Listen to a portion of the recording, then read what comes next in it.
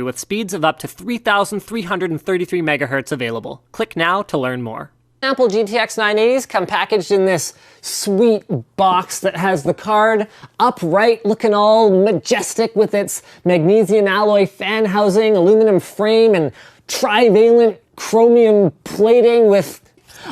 check it out. Now we get a full metal backplate with a classy looking design in its surface. Now, the issue with backplates, and presumably the reason NVIDIA has never done a reference card with one before, is that it restricts the intake of a card installed in the next slot over in this strategic chunk of the backplate removable for users with lots of cards right next to each other in SLI. Not the I/O? Yeah, that's some pretty good stuff right there.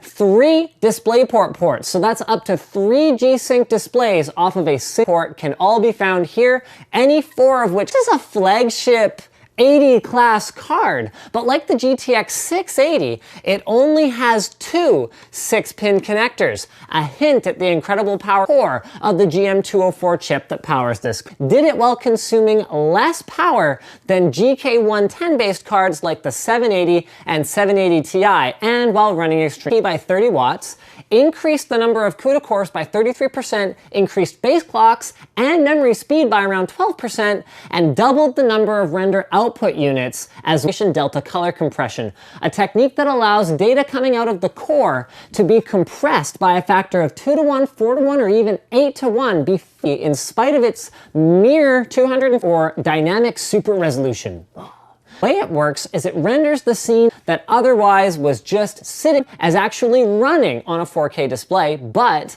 it's never filter, so the performance impact is about equivalent to 2 times MSA. Much like the 780 Ti before it, features a fantastic technology called Card in Hand. I was delighted to see that more often than not, it was able to beat the 780 Ti in both 1080p and 4K benchmarks. Now my overclock for the 980 feels a little bit high, running at a range of 1503 to 1492 megahertz, but I really have no idea as I have no one else's overclocks to compare to yet. And to be fair, my 780 Ti overclock is very aggressive anyways, so I haven't exactly done the 980 any favors in regards to the 780 Ti's clock speed. But don't forget, all of this performance awesomeness doesn't just stand on its own. Not only are you paying considerably less for this card than you would pay for a 780 Ti, but you also pay less in the future.